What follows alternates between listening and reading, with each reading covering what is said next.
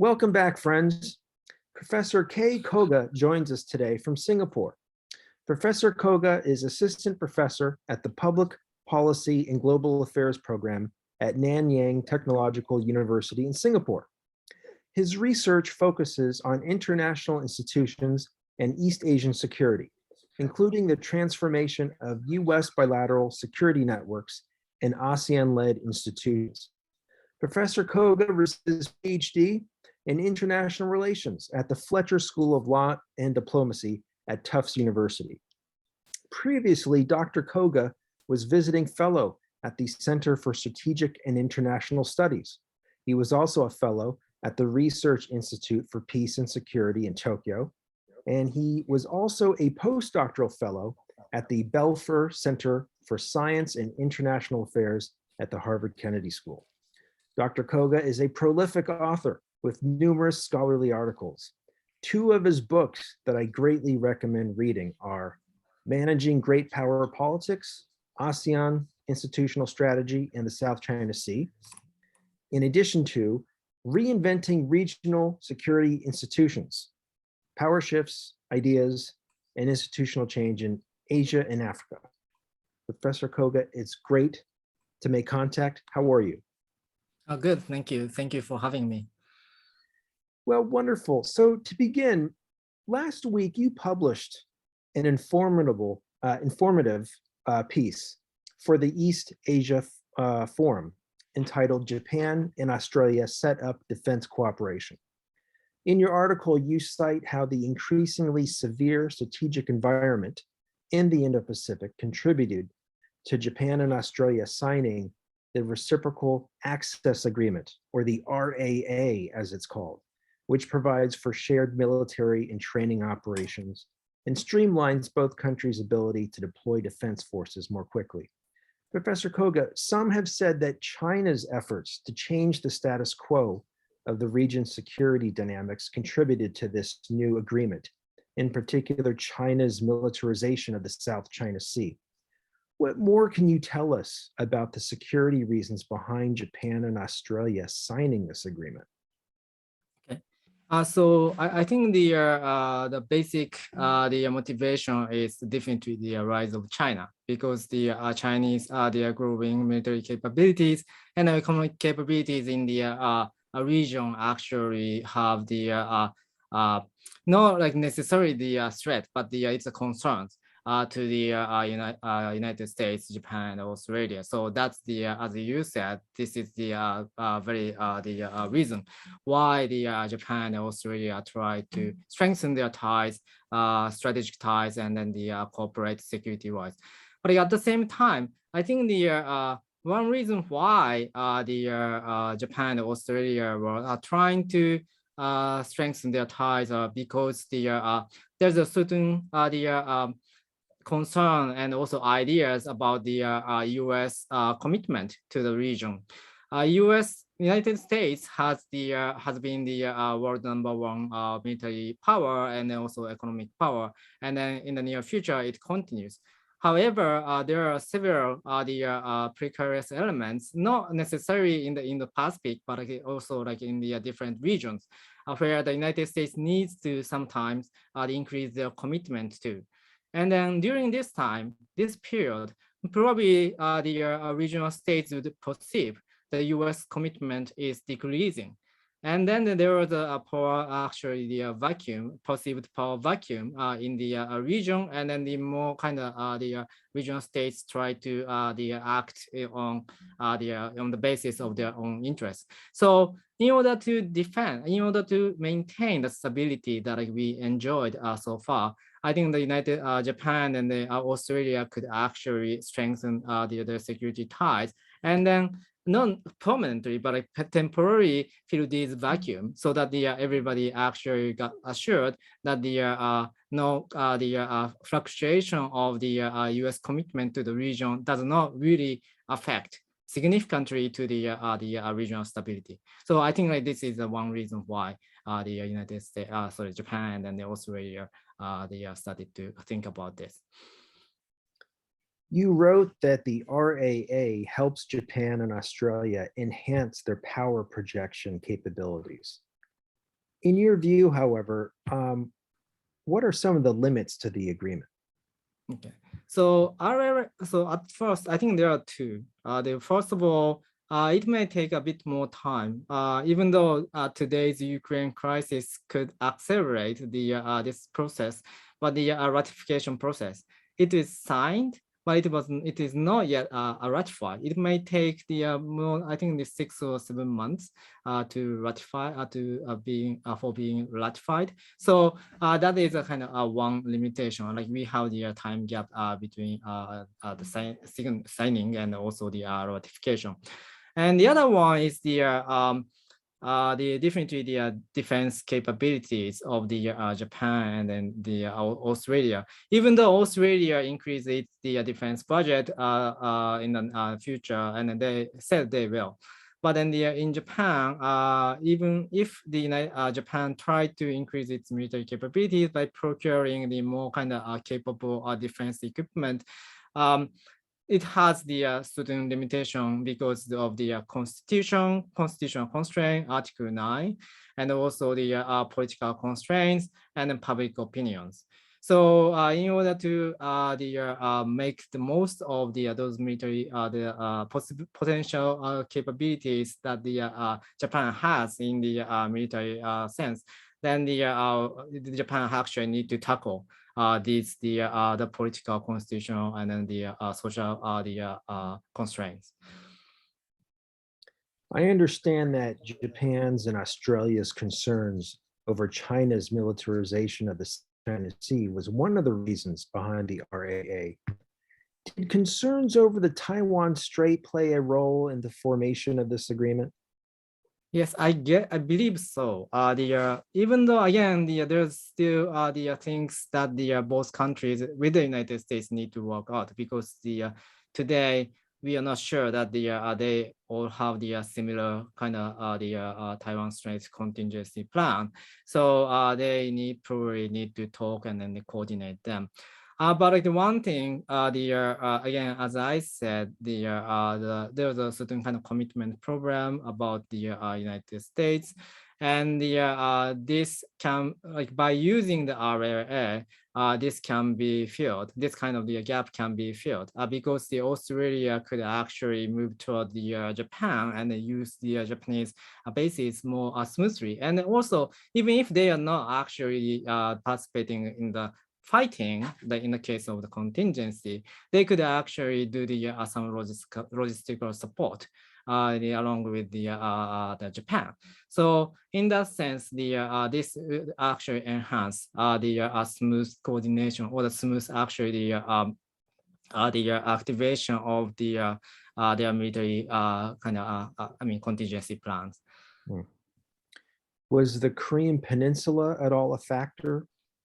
So I didn't really think about the Korean Peninsula, but maybe I'm not, again, definitely the Japan and the United States are trying to do this, but the Australia is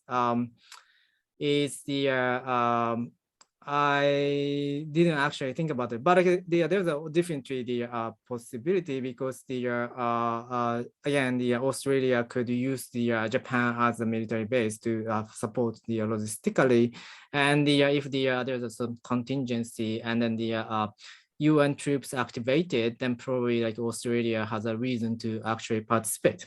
So, but if this Korean Peninsula contingency is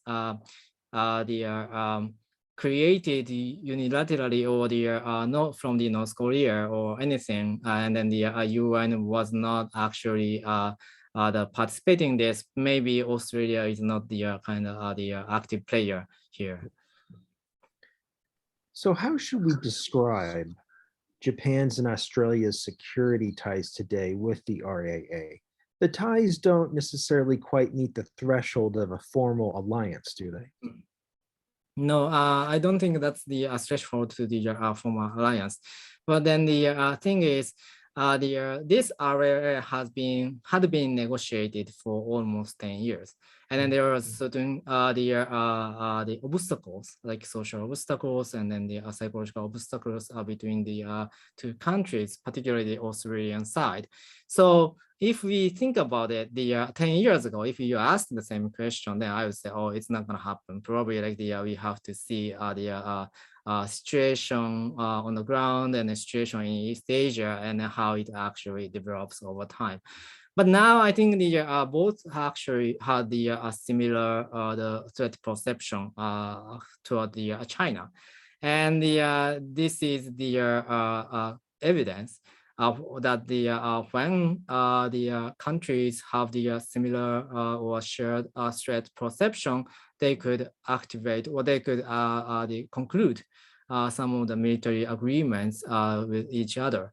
And if again, this could be the stepping stone to become the more formalized, not necessarily military alliance, but the military partnership or the more stronger strategic partnership between Japan and Australia. So I think again, I would say this also depends on the development of the situation. If China actually remains the assertive, and if China pose the threat to the Taiwan significantly, maybe there's a big momentum for Japan and Australia to advance their military agreements to the close to the military allies. In recent years, Japan has been engaging in very active strategic diplomacy with numerous countries out of security concerns involving China.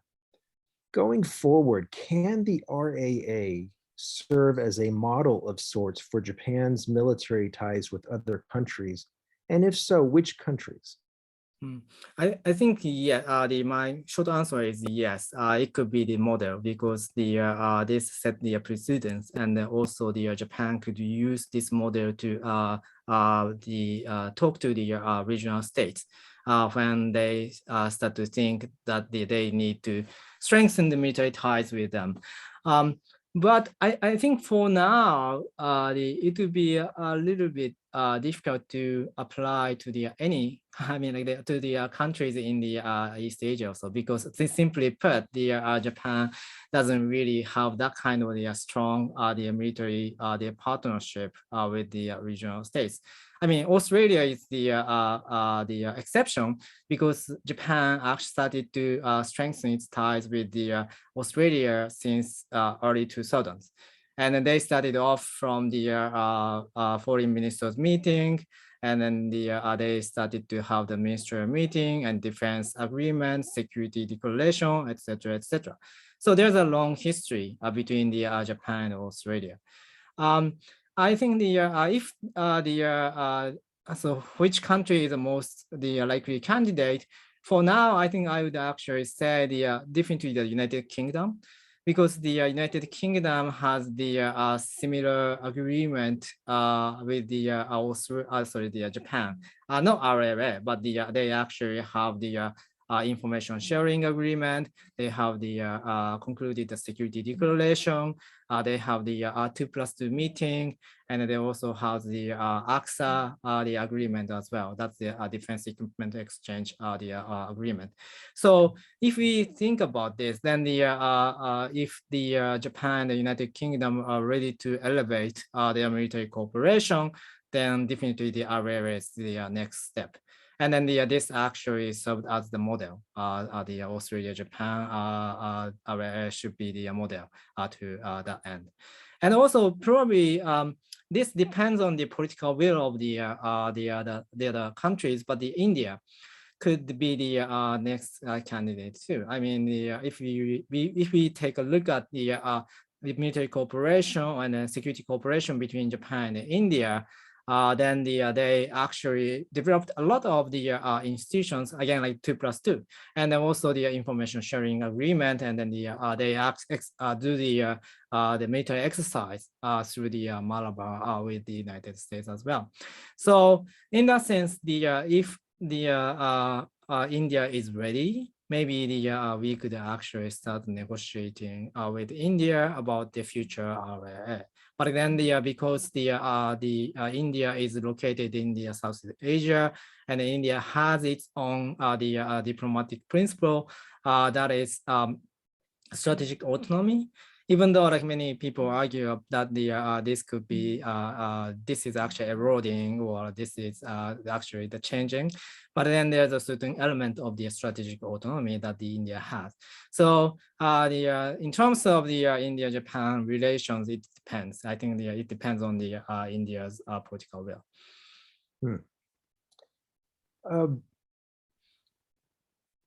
More broader scope.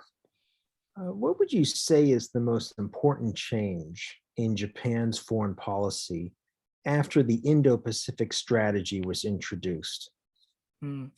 I think Japan is more trying to go beyond what Japan is what has been comfortable with in the East Asia. So the kind of geographical scope is pretty much focused on the Northeast Asia. Definitely, this is completely understandable because there's a precursor element in the Korean Peninsula and Taiwan Strait. And then beyond that, probably like South China Sea is the one important geographical area, because Japan relies on the sea lines of communication going through the South China Sea a lot. So I believe these are the comfortable area. But then what Japan is kind of trying to do is looking at the more kind of geopolitical situation right now.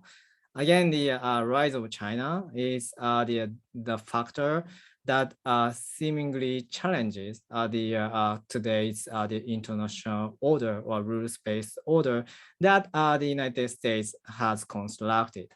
And then because Japan has been enjoying those other benefits that are coming from those existing international order, Japan doesn't want to change it.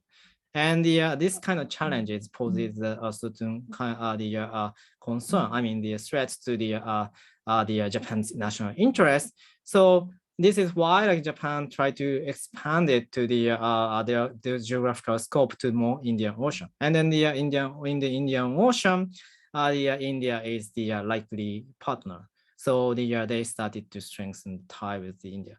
And then obviously the more is better. So Japan invite the more kind of the partners, like-minded partners, I mean democratic countries that are focused on the human rights protection or the freedom of speech, these kind of values. And then so this is partly why Japan invited some of the European countries to the Indo-Pacific vision, even before Japan create or declared it's the free and open in the Pacific strategy. Former Japanese Prime Minister Shinzo Abe spent a lot of time cultivating ASEAN-Japan bilateral ties. In fact, he's still at it. He was in Malaysia the other day. He gave an important address urging unity against China's attempts to change the security status quo in the region. How do you see current Prime Minister Fumio Kishida approaching these relationships? I think Fumio Kishida is following the same line that the Abe created in terms of the Indo-Pacific strategy. So definitely the Japan under the Kishida administration respect and then the values the existence of the ASEAN, and then for Japan, Southeast Asian countries are very important for its own Indo-Pacific strategy. But I think I should say he hasn't provided his clear vision yet about its Indo-Pacific strategy. So we understand he's kind of following what Japan has been doing. But beyond that, I'm not sure what he's going to do in the Pacific strategy, except for the one thing, except for the economic security. He actually emphasized the importance of the economic security in his policy speech in the Diet. And also he's been emphasizing this aspect of the security for a long time. So I guess that's the important. But again, how we could actually connect this economic security and Japan's foreign policy towards Southeast Asia, it's still unclear. I think Japan is trying to figure out right now what to do with this. And then so the other thing I would like to add is that Japan is now thinking about producing it's the national security strategy. I think it was supposed to be created by the end of this year. I'm not sure how the Ukraine issue affects this idea, but then if the things go smoothly by the end of this year, we will see the national security strategy. So hopefully he could clarify its connection between economic security and Indo-Pacific and as well as the Southeast Asia policy. So a question out there for young students who might be watching, what is the most important advice you could give to young scholars of international relations? I think I think they are open to I would just say they are open to the many perspectives, open to the many kind of the views, and then think about it.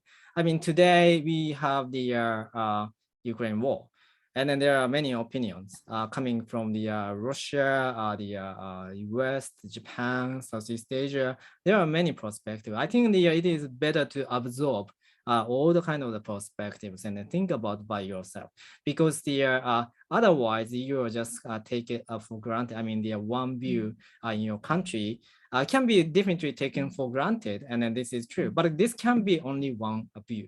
So in that sense, if you want to see the world from more kind of the broadly and then from the objective point of view, I think it's better to listen to the many people and then get the many different kind of the perspective and think by yourself.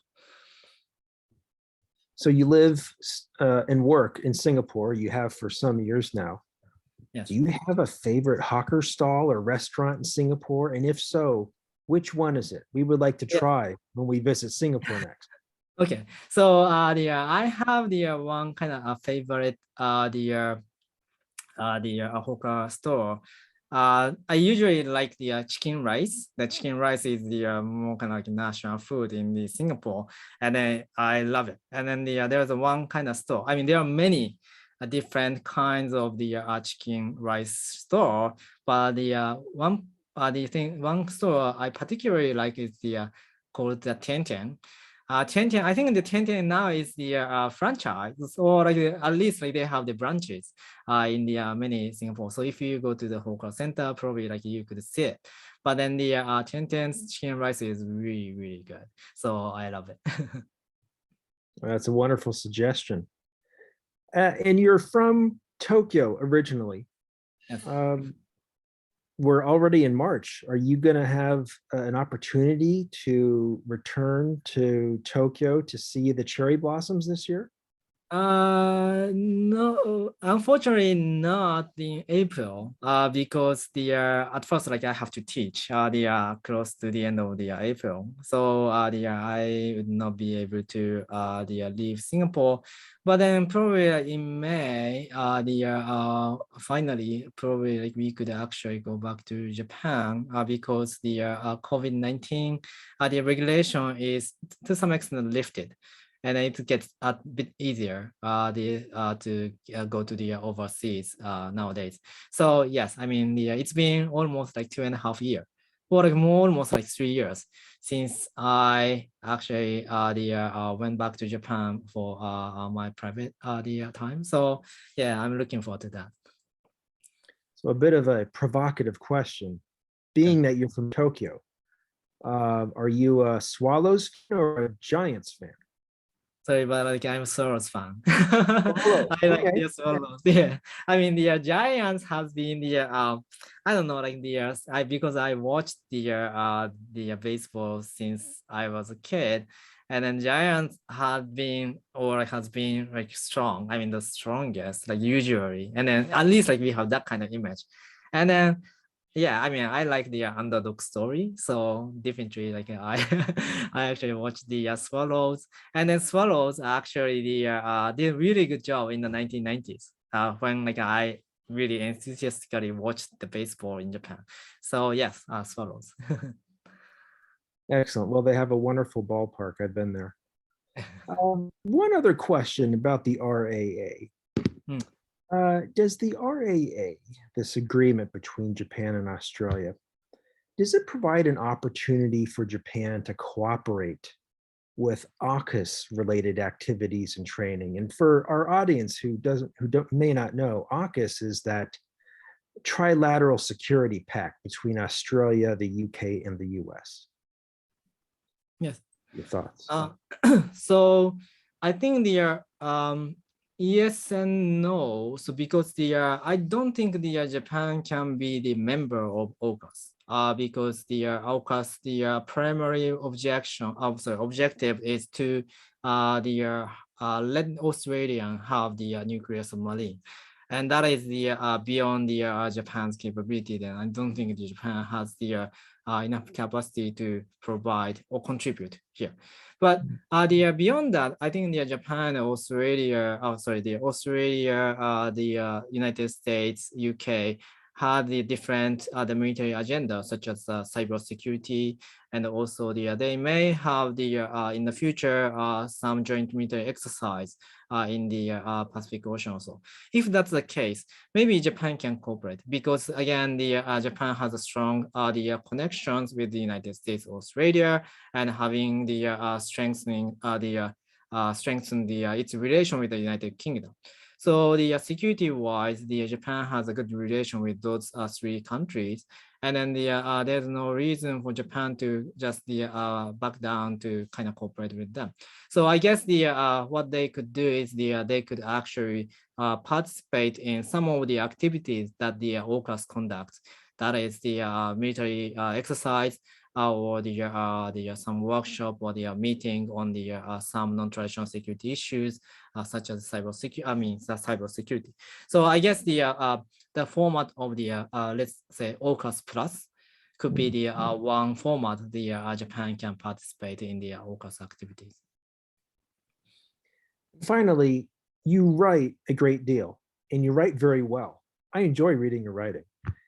Do you have any general guidance for young people who, might be pursuing a career as an academic in the future or not? But any advice for youngsters on writing? Okay, so yes, for the writing, usually what I do is I write everything like at first. So it doesn't probably make sense. It's more kind of brainstorming writing. So it's more kind of rougher than the rough draft. So I write what I have and then what I think important on the paper. And then after I actually put everything on the paper on the topic, then I try to sort out what is the most important thing I would want to say. And then after that, I try to kind of structure my paper, and then after that, like I try to kind of edit and do everything. So there are several kind of the steps, but like, I think what I faced like when I was undergrad, what I had particularly in writing the final paper, midterm paper, is that I kind of tried to write really well from the beginning. So I didn't actually think there's a draft. Like I just kind of need to write it properly from the beginning. And then after I tried it, like I couldn't do it. So I just kind of started to write and type as much information as possible I have. And then I think it worked for me. So I guess just start writing, then start writing with what you have, and then revise a lot. I revise a lot. So I think like this is the important thing when you are writing the paper. And then this actually helps probably in the academic writing. So that's just my kind of 2 cents. That's great advice. Dr. Koga, this has been great. What a learning opportunity. We really appreciate you taking the time. Thank you very much indeed. Okay, thank you very much.